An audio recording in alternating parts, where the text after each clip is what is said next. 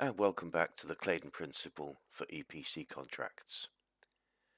Before I start on mitigation, I'd like to ask you please to like, share and subscribe.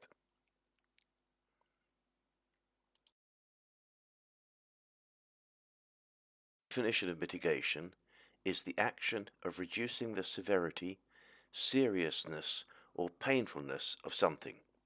That is, to make less severe. It does not mean elimination. We'll come back to that later in this talk.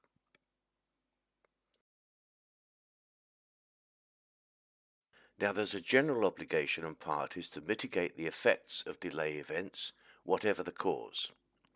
That obligation to mitigate is not unilateral.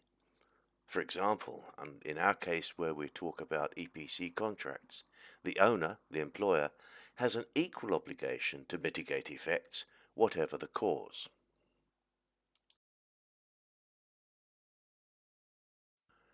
As we've seen, mitigation means to make less severe and does not mean to eliminate. But mitigation could be less demanding than might be thought. In our contracts, or indeed all contracts, it is invariably used in connection with damages arising from breach, where the one who suffers the damage must mitigate the loss or cost.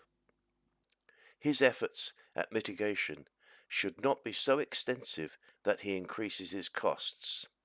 Simply put, he should reduce the cost, he must not increase it.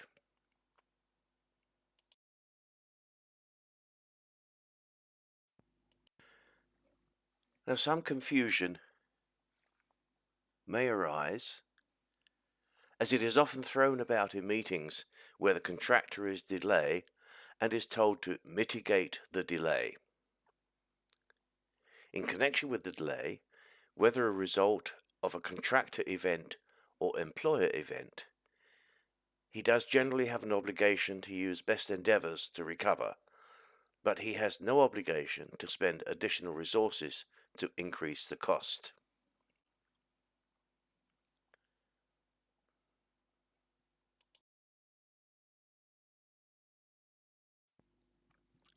Now from Hudson, that wonderful Bible for contract managers, we learn that Lord Macmillan, making a classic remark in judgment in 1932,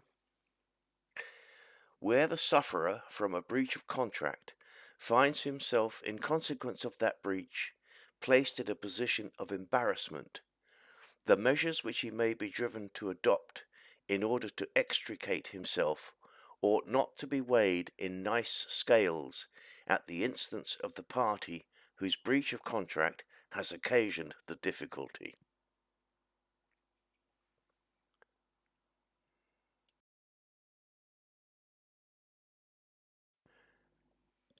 And perhaps more clearly, the SCL protocol gives this guidance.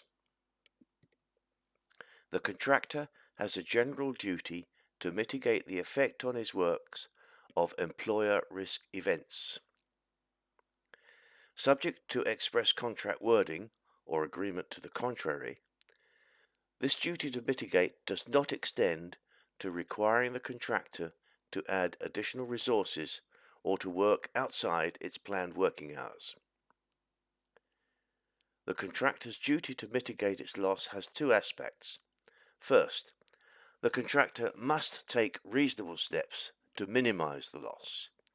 And secondly, the contractor must not take unreasonable steps that increase that loss.